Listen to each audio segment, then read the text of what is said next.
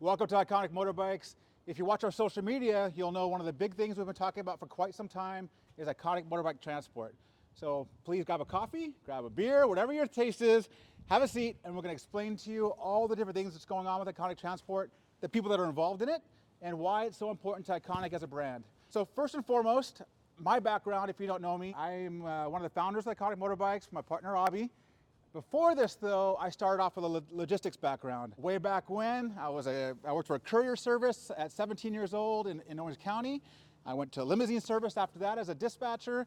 From there, I worked for Conway Western Express, a large LTL company where I got promoted up through the ranks. I went from there to Yellow Freight. I worked there for a couple years. I worked for Day West, which is a subsidiary of Daylight Express for a couple years. Went on to, after that, Consolidated Freightways, which is unfortunately no longer. And after that, one of my biggest clients was a toy company, and that's where I found the seed money to help start Iconic Motorbikes. And that toy company, I was hired as the SVP of logistics, which ended up turning into a EVP role in operations and so on. But as that SVP at Jax, we shipped about 7,000 containers a year just in the United States alone. We had an 800,000 square foot facility that I designed in Diamond Bar, California. Had another 100 and some odd thousand square foot facility on the eastern seaboard of Canada that I built, and another one in Europe. So my point is, logistics has been my background pretty much my entire life, and that is one of the main reasons why Iconic Transport is so important to me personally. Furthermore, I really firmly believe that one of the big reasons why you don't see as much motorbike activity in the United States as you should is there's just no way to get the bikes around. It really is impossible. I had a really good buddy of mine, Cam Co. If you follow him on social media, he's got a pretty big presence, right? And he's a heck of a great friend. Cammy reached out to me, gosh, I don't know, 3-4 months ago, says, hey, about 6 of us want to do a track day in Pennsylvania. Can you get the bikes there? Yeah, I can get the bikes there. Can you get the bikes back? There's a problem. So we can call Jay, which heads up our transport section, and we'll talk about him in a minute. And you can get the bikes wherever you want with one of our many carriers that we rely on and we trust. But getting them back on a schedule is difficult, right, Jay? Very, very difficult. So my plan is, what if we had a way to move a bike across country and get it back? You can basically say, hey, Mark and all my other buddies, I want to go do a track day wherever I'm at. I want to put it in this box. I want to put my gear in there. I want to put my helmet in there. I want to put some spares in there, that sort of thing. I want to ship it to whatever track in the United States or even abroad. And then when I'm done, I put the bike back in, I call the carrier, they show up with a lift gate, they stick it in their truck, and they get it back home. Here's the problem. Sounds simple, but in the logistics world, especially LTL, which stands for less than truckload, right, which again is my background mostly, they don't want to handle bikes. Why? Because in wooden crates, they get damaged, they put things on top of them and they crush them, the liability is too high, theft is a concern, all those scenarios. So all those things have been kind of looked at and thought about on this box. Now bear in mind, I talk about my logistics background, I talk about my background and operations from the toys perspective, but I also worked in Asia for 15 years, so I've been moving bikes pretty much my entire life on a personal basis before even Iconic started. So I've got kind of a grasp on this, but again, there's no real solution for this, and that's why Iconic Transport came to life. So the first step in getting Iconic Transport developed is hire the right guy. 2021, we did about $200 some odd thousand of Iconic Transport work, most of which is just passed through. We don't get to keep all that revenue, but a small percentage. Last year, we hit about $350,000 in revenue, so a little bit of growth. But this year, with this guy heading the whole deal, the whole supply chain, I think we're going to do even more. I think we're going for $500,000. Yeah, so actually 750 is your goal. Yeah. But speaking of, so this is Jay. So Jay, give us a quick couple of minutes of what your background is beyond, before Iconic. I grew up over in Denmark, in Europe, and since I was just a little lad, I've worked in logistics. I've done everything from loading containers, loading trailers, being on board ships, deciding what containers go where, been on trains, figuring that out. I moved to the US in '97. I have done domestic, I've done international, warehousing, pick and pack, supply chain, everything you have really under the sun.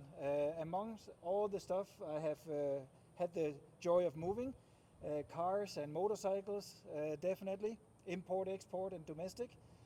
So when I was able to combine my passion for motorcycles with the logistics background, I jumped right at it, and it's such a joy to work here and see all these cool bikes that I only dreamt of. So really quick back on Jay with his expertise and everything that he does. He helps us with the air shipping. He helps us with all domestic transport. We take bikes to the port that export out to Australia. Right now, we just brought in, I think just in the last few weeks, actually month, we've had 70 inbound bikes thereabouts, mostly from Japan. He handles all that. So customs brokerage, duties, all that sort of thing. And you can just call. You can just basically email Jay at iconicmotorbikes.com and say, hey, I got a bike in New York, I need it to LA. I got a bike in Europe, I need wherever. And this gentleman is your source for that. So moving on, this gentleman to my right is Mark Lambert. And tell us a little bit about your background.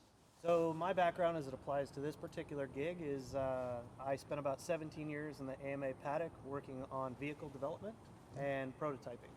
So my background is prototyping both vehicles and also equipment for vehicles. So I have a fabrication background, a design background, and then a prototyping background. I spent about 17 years in the AMA paddock.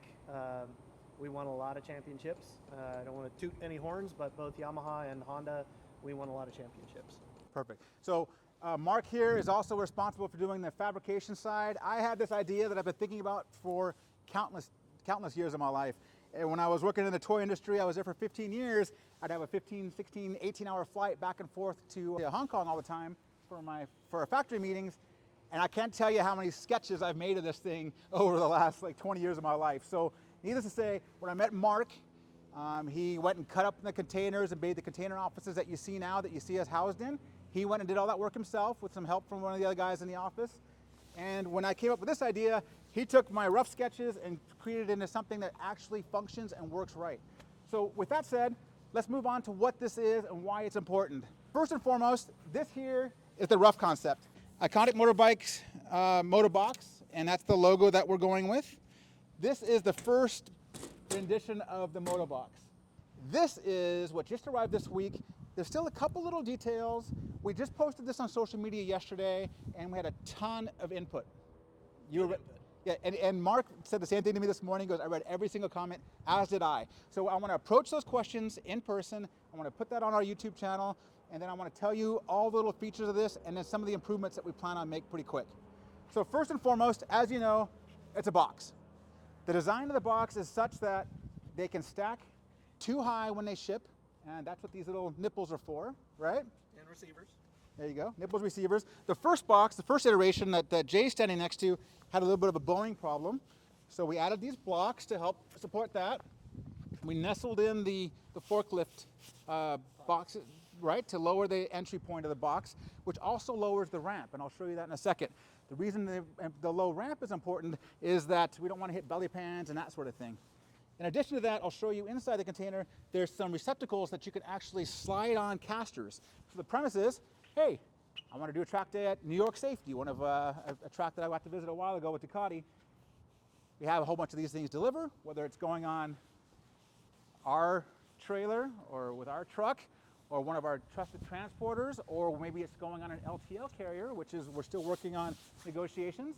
We'll go in this box, it gets to your location, they lift gate it, you've got casters on there, you got all your gear, you do your track day, you're all done.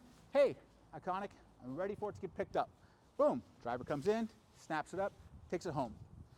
Please understand, this is not going to replace all transport all the time. We're still going to have those clients that want door-to-door service, they don't want to deal with this big thing in their office, they don't want to deal with it at their place. So we're going to still have personalized transport. We're going to have Iconic truck and trailer going around, which has already gone to, what, Florida, Oklahoma, Texas, Georgia. There you go. It's already done some routes. We've already got a bunch of miles on our truck. We might add another one to the fleet. But it'll solve the track day problem, and it also handles some international moves. So let me talk about international really quick, and I know the video is long, but bear with me.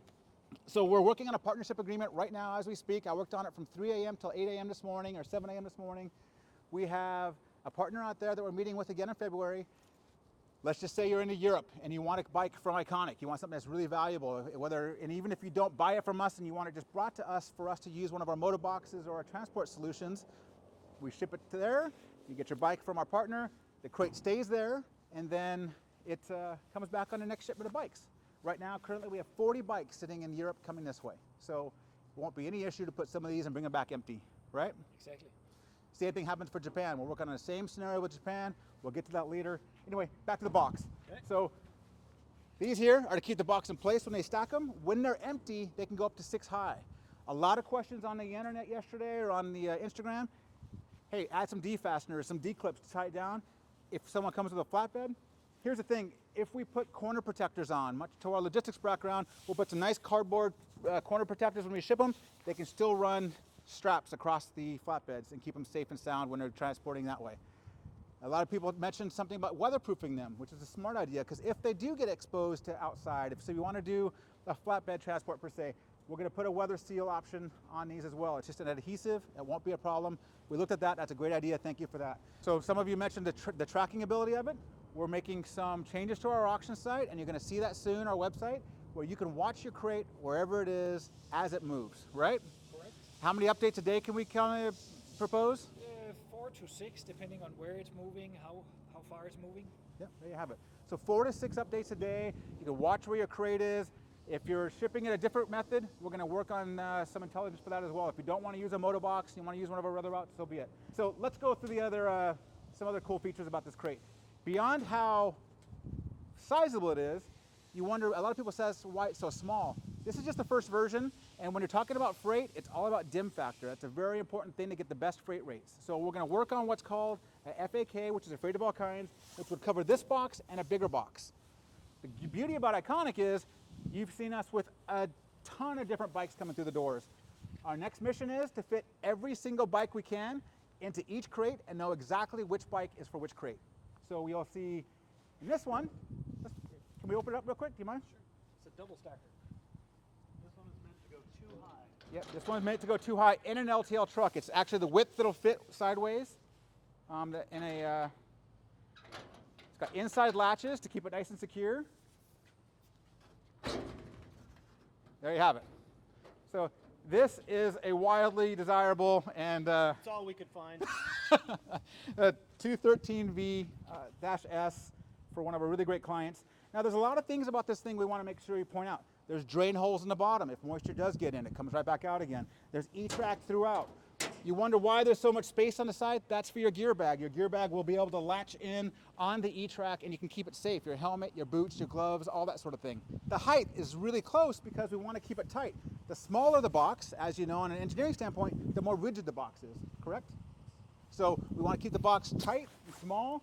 In some cases, we can take the windshield off as well for some of the smaller bikes, but we will have another model. The next version will incorporate things like the bigger bikes, like this one.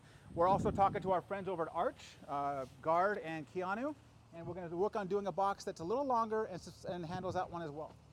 Moving on, a very low ramp. So as I mentioned earlier, with a strong point, and as you see, it's a really strong.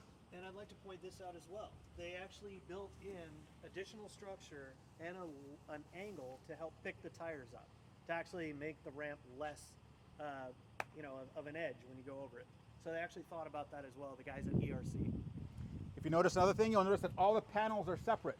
That is in case an LTL company goes and puts a ding in a door like this one, we replace the door, we replace the front, we can replace every panel of it without having to buy a completely new box. If we come around this way real quick, Anthony. This is an access panel that we installed, we had added, and with this you can reach the tie-down points. So that'll be a nice tie-down, or a way to get to that, or maybe you have some more gear here. You'll notice there's little locks in each one. So in a perfect world, we send the client that has the bike coming to them, we send them the keys, right? Well, actually, ideally, we'll have a combination lock on both ends, so it's a double padlock scenario. You can't open any other section until you get into that end, and then there'll be keys, and those keys will allow you to get into that end. So the keys will stay inside the box, but you have to get inside the box to get to the keys. So a lot of questions came up on social media about where's the box go after I get it? Do I have to pay a round trip?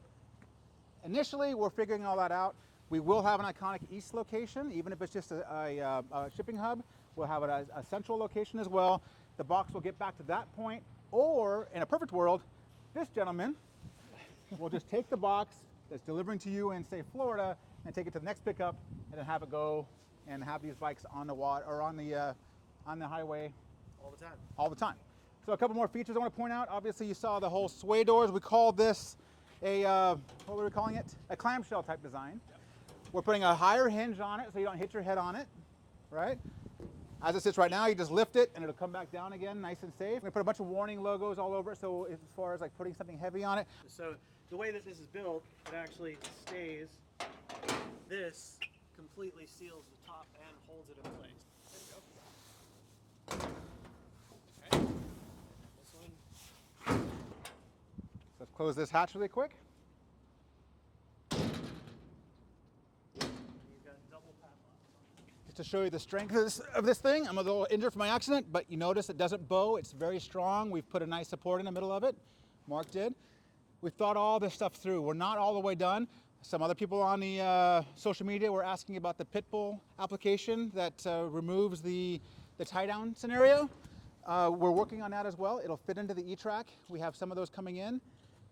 In addition to that, some people had some concerns about the fork seals popping if we're tying the bikes down. Our buddy, Ricky's dad, Marco, I beg your pardon, is working on a solution that kind of keeps the forks from compressing. So we have something in the works for that as well. To many of you, it looks like just a big box, a beautiful box, by the way. Thank you, sir. To us, we've got a lot of time, a lot of thought, a lot of energy, and hopefully it gets a lot more bikes to you or to our customers safely and gets people out riding more, because that's what it really comes down to. We want to get more people on bikes, no matter where you are, whatever the weather is, and without excuse. Once again, thank you, sir. Yes. Nice work. This gentleman, that's it.